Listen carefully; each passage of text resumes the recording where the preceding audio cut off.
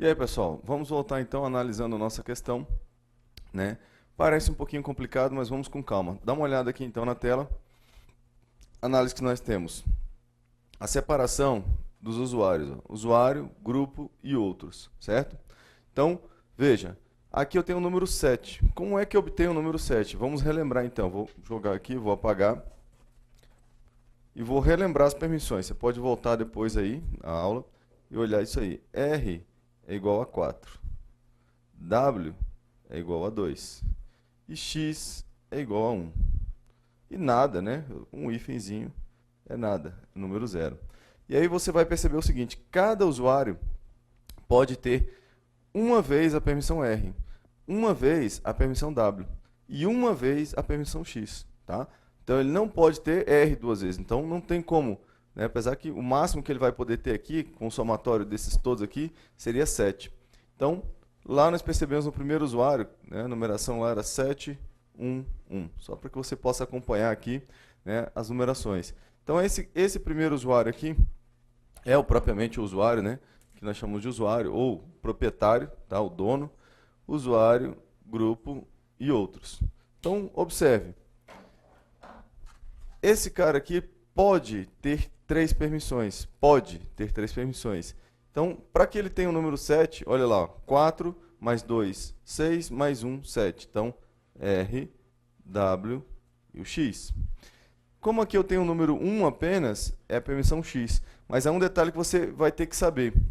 Sempre as permissões vêm, né, nessa ordem. R, W, X. Sempre nessa ordem, tá ok? Então, vamos lá. Se eu não tenho a permissão R, não tenho W, eu tenho que indicar isso com o hífen, tá? Tenho que indicar com o hífen. Então, vai ficar hífen, X. A mesma coisa vai ser aqui, ó. Então, isso aqui vai ser para o grupo. A mesma coisa vai ser aqui, nada, nada, X. Veja que há uma separação que você, candidato, tem que saber, ó. São 3 permissões, 3 permissões, 3 permissões, tá? Na prova vem tudo junto, como vocês perceberam lá. Não há essa separação, tá? Não há essa separação. Bom, então vamos voltar à questão para que a gente possa refazer a análise ali. Vamos lá. E o que está sendo dito lá na questão, né? Voltei.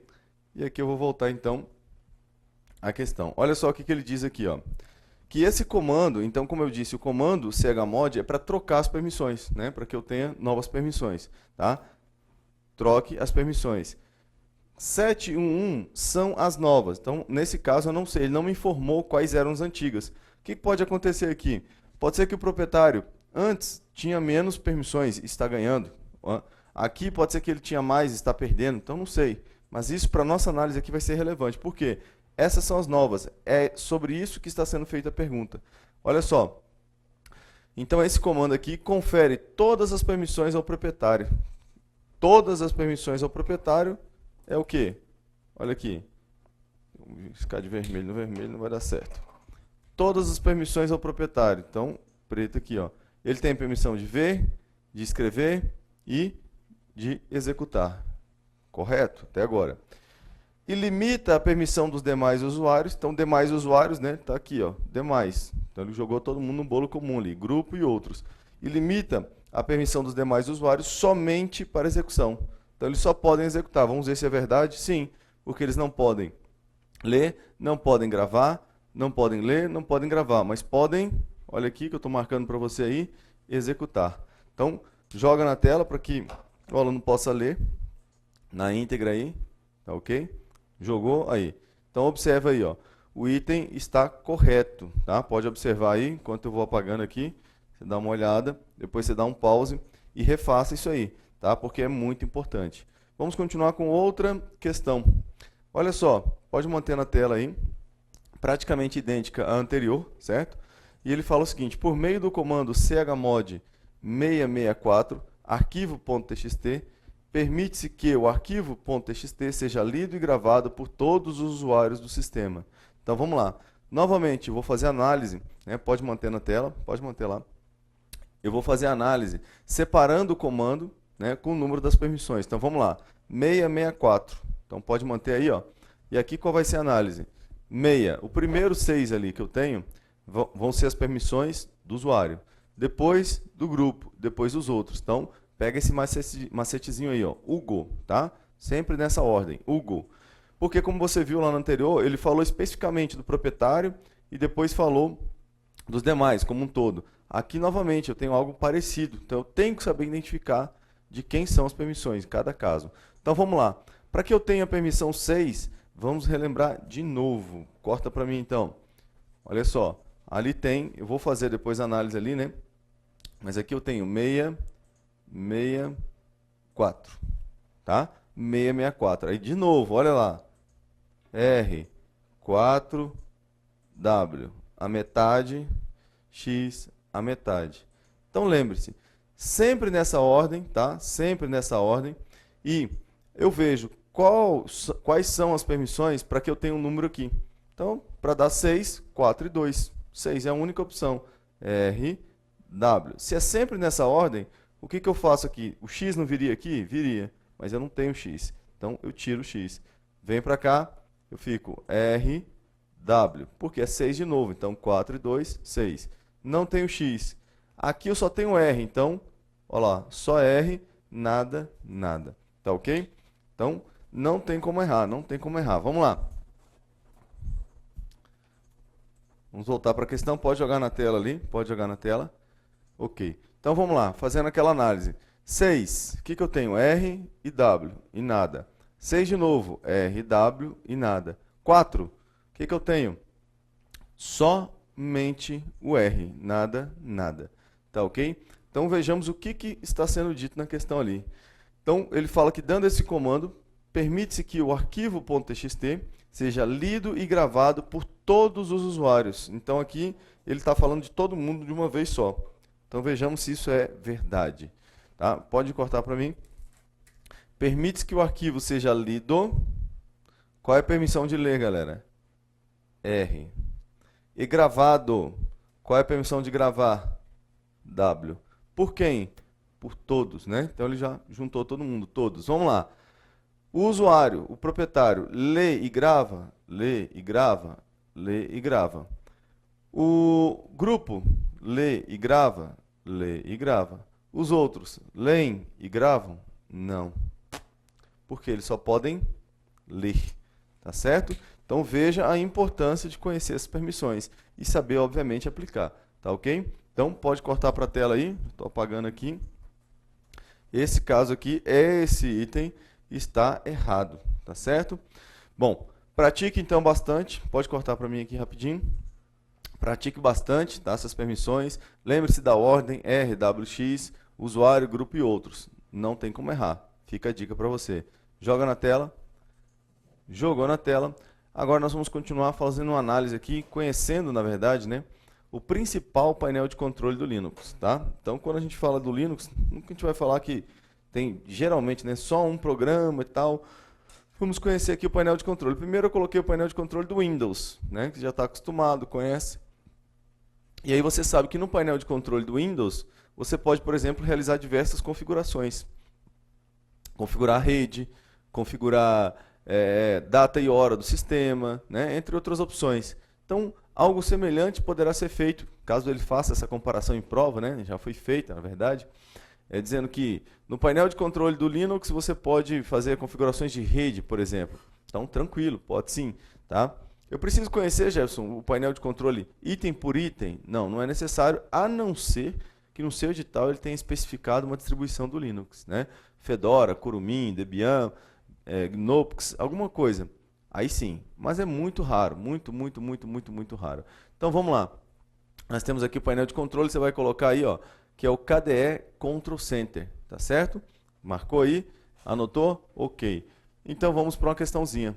KDE Control Center do Linux é uma ferramenta equivalente ao painel de controle do Windows e serve, por exemplo, para o gerenciamento de conexões de rede. Item correto, tá? Então você já marcou aí, item correto. Andando, eu vou falar das distribuições do Linux. Pode cortar para mim aqui, por favor? Vou tentar usar os lápis aqui, as canetas de todas as cores. Você tem que lembrar, lá no início da aula, quando eu falei que um sistema operacional ele é formado por alguns componentes. Então esse K aqui já te remeteu à ideia de quem? Do kernel, não é isso? Então kernel é o quê? Núcleo do sistema operacional. O usuário não interage diretamente com ele. Ele, o kernel, interage diretamente com quem? Com o hardware da máquina. Para conversar com ele, eu tenho o shell. Tá? Isso é um S, não é um 5 não. E aqui fora eu tenho aplicativos. Então, isso aqui me dá um sistema operacional. Beleza.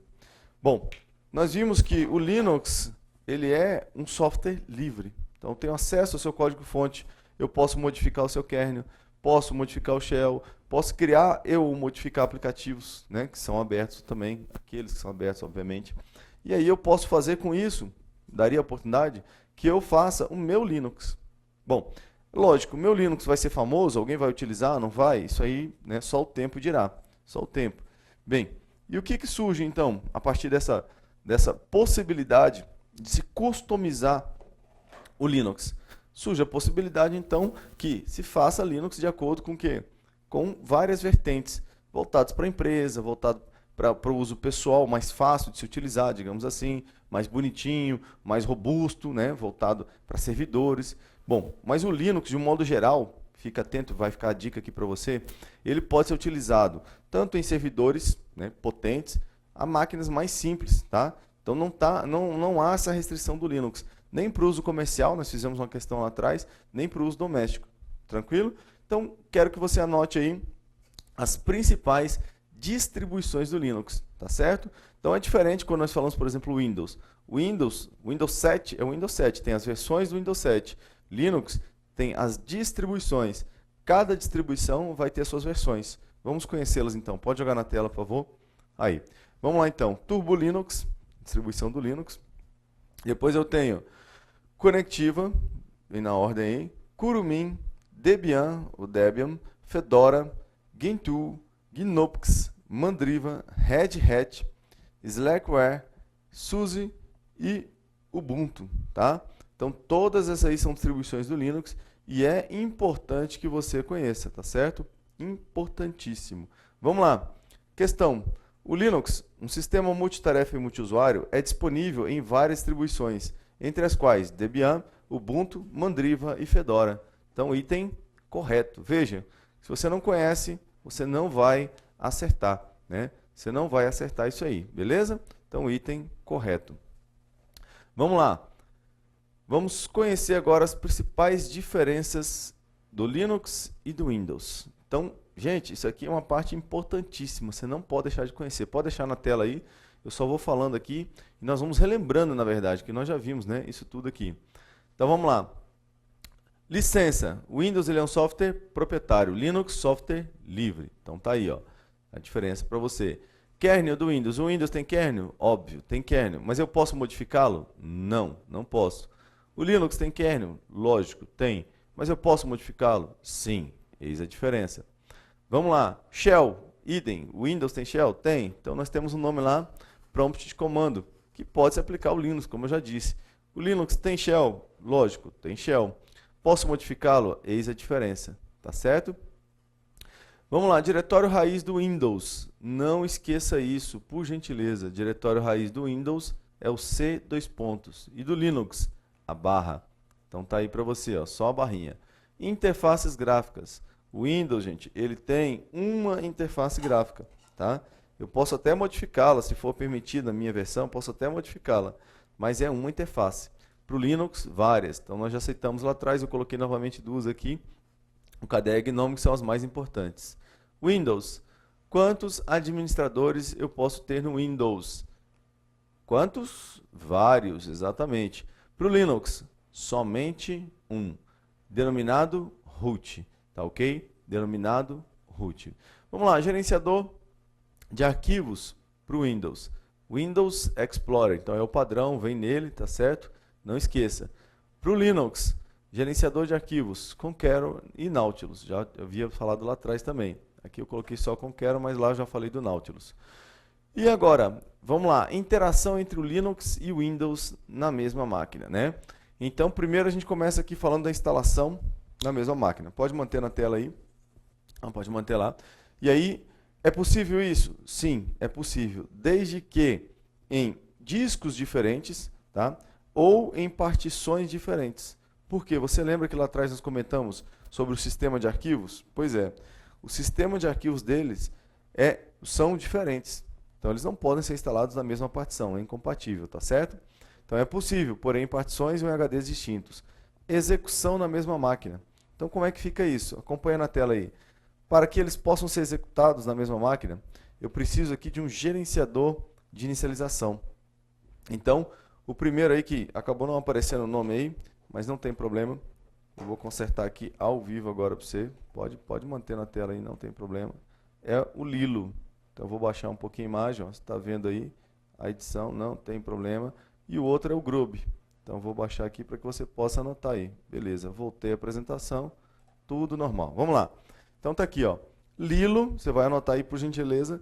E o Grub, né? Coloquei aqui, ó, o Grub. Gente, o que é um gerenciador de inicialização? Joga para cá. O que é um gerenciador de inicialização? Quando eu ligo, eu tenho um sistema chamado de dual boot, por exemplo. São dois sistemas operacionais. Eu vou ter que optar por um ou pelo outro. Tá? Não tem como carregar os dois ao mesmo tempo. Aí que entra em ação o gerenciador de boot. Então ele permite que eu escolha qual sistema operacional vai ser carregado. Volta para a tela ali que eu vou mostrar na imagem. Aqui, ó, na imagem, você está vendo ali ó, à direita o Ubuntu, né? Então eu tenho duas vezes o Ubuntu instalado. E aqui você está vendo no Lilo o Windows e Gentoo. Né? Eu tenho o Windows e o Linux instalado na máquina. Tá certo? Então eu preciso de um gerenciador de boot. Então vamos continuar a análise. Execução na máquina, sim, mais um de cada vez. Acesso aos arquivos na mesma máquina. Então, como é que vai se dar isso aí? Eu posso, por padrão, acessar do Linux os arquivos do Windows. Mas do Windows para o Linux é necessária a instalação de um programinha. Então tá aí. Acesso aos arquivos na rede. Hoje as distribuições do Linux já vêm com um programinha que permite isso. Já vem incorporado, já é nativo do Linux, que é um programa chamado Samba, certo? É um programinha chamado Samba. Hardware. Então aqui ainda no slide eu coloquei que é necessário instalar um Linux, um software, exemplo Samba, mas na verdade hoje ele já é nativo, tá ok? Então considere essa informação por gentileza. Hardware. Eu posso compartilhar o hardware entre os dois sistemas operacionais? Posso, né? Posso, desde que exista driver para ambos, tá certo? Desde que exista driver para ambos. Vamos lá então. Visto isso aqui, passei o Lilo, passei o Grub. Questão, dá uma olhada. O carregamento boot do sistema operacional pode ser gerenciado pelo Lilo. Então nós acabamos de ver que o Lilo é um gerenciador de boot, tá certo? Pega o termo, volta, corta para mim. Pega o termo aqui, ó, boot, tá? Inicialização, Lilo. Então, essa conexão aqui é importante nessa questão. Item correto, tá? Você vai colocar aí que esse item está certinho. Tranquilo? Então, vamos continuar a nossa análise aqui, vendo outra questão. Olha só o que ele diz nessa questão aqui. Pode cortar para a tela aí. Pode cortar para a tela. Cortou. Vamos lá. Olha a questão. No Linux, por padrão, o aplicativo Grub é usado para enviar um correio eletrônico para destinatário na internet. Então, olha só. Tem alguma coisa a ver com a função do Grub, galera? Né? Tem algo a ver com o Grub? Não, né? Porque o Grub ele é o quê? Um gerenciador de boot. Juntamente com quem? Com o Lilo. Então, Grub e Lilo são gerenciadores de boot. Então, fique atento em relação a esses peguinhas, tá? A banca constantemente vai usar esses peguinhas. E fica a dica aqui para você, para que você dê ênfase, tá certo? Nos comandos do Linux, que você vai receber juntamente com essa videoaula, uma relação de comandos do Linux, por exemplo, ls. Lembrando que esses comandos são digitados no prompt de comando, no shell do Linux, tá certo? Então lá eu vou digitar um comando, eu vou chegar lá, ls, que é a mesma coisa do dir, né? O comando lá que vai listar o diretório. Então você vai ver o comando chmod, você viu aqui na prova, comando rm, mv, cp, tá? São comandos do Linux que você tem que conhecer. Não deixe de estudá-los, por gentileza, tá? Não deixe de estudá-los. A estrutura de diretórios do Linux, a dica foi dada, você vai receber no papelzinho impresso bonitinho, tá? Desculpa, estou viajando aqui, impresso não. Você vai receber no PDF, né, e você vai poder imprimir, depois você imprime. Senão você vai ficar esperando o material impresso aí, vão cobrar de mim. Ô, Jéssica, cadê o material impresso? Não, não tem, tá? Videoaula vai te fornecer o PDF, tá certo? E aí você tem que estudar. Então vai tudo pronto, vai uma apostila do Linux. Esses slides que você acompanhou aqui, quase todos vão na íntegra para você, que você possa estudar. Então você vai assistir a videoaula, vai ter um material para acompanhar. Exercícios, caso você queira mais exercícios, pegue mais exercícios no meu site, tá? Não deixe de fazer exercícios. Extremamente importante, ok? Então vamos lá. Olha aqui mais uma questãozinha. Funil, Técnico Informática 2010. Qual o nome de usuário mais importante no Linux? Aí, corta para mim aqui. Olha só. Qual o nome? Ele quer saber o nome, não a função. Nome de usuário mais importante no Linux. O nome dele é root. Né? Eu até faço uma brincadeira às vezes em sala. Lembra da Rutinha, da novela? Não sei se você assistiu, né? Aqui não sei o que de areia lá, Mulheres de Areia, acho que era. Aí tinha a Rutinha, acho que era boa, né? Bom, o nome dele é root. A função dele na máquina é administrador. Então, não confunda, né? Aí aqui ele colocou Red Hat, que seria com E, né? O nome da distribuição, não Red Hat. Unix, lembra do Unix? Deu origem ao Linux, certo? Então ele deu origem ao Linux, tanto é que o nome Linux mais Unix deu o nome Linux. E PS que ele colocou ali, né? Então, questãozinha fácil, mas que às vezes eu posso errar porque, o nome, o cara é administrador, né? A função dele é administrar o sistema. E aí eu vou lá e marco. Lembrando, no Linux eu tenho, por padrão, um único administrador. Eu posso passar para os usuários normais, né? O quê?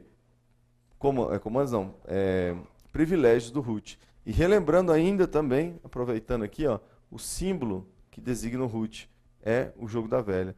Para o usuário normal, um cifrão, tá ok? Então fica a dica para que você possa relembrar isso aí. Mais uma questãozinha.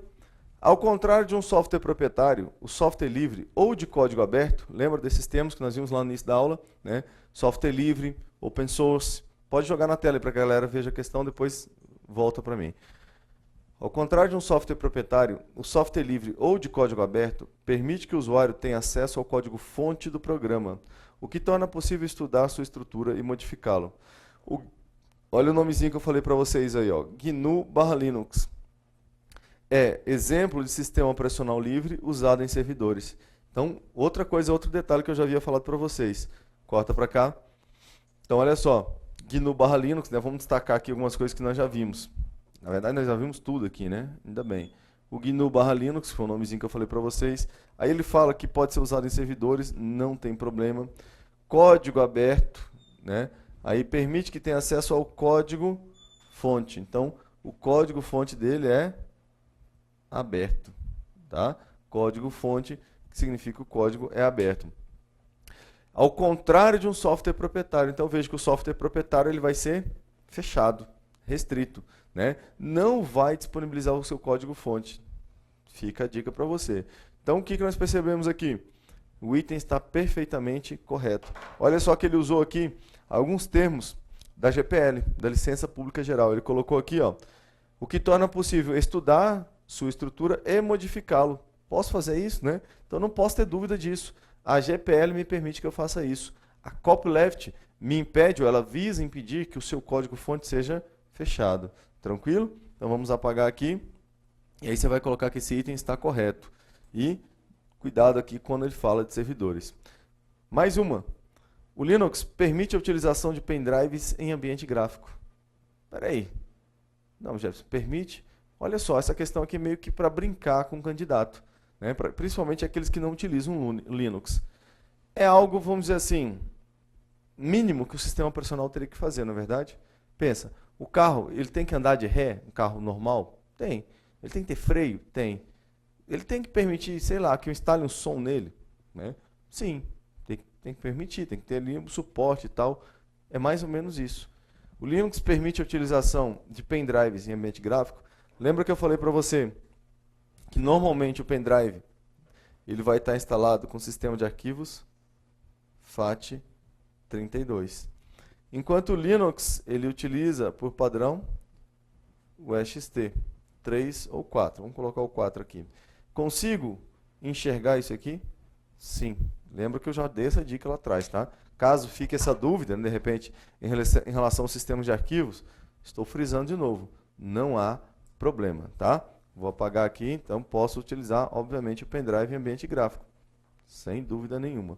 E aqui nós chegamos ao final, então, dessa videoaula sobre Linux e software livre. Espero que vocês tenham gostado. Leiam o material de apoio, tá ok? Entre no site, baixe o material e caso queiram fazer parte do nosso grupo, estaremos lá no Facebook te aguardando. Até a próxima. Valeu, galera.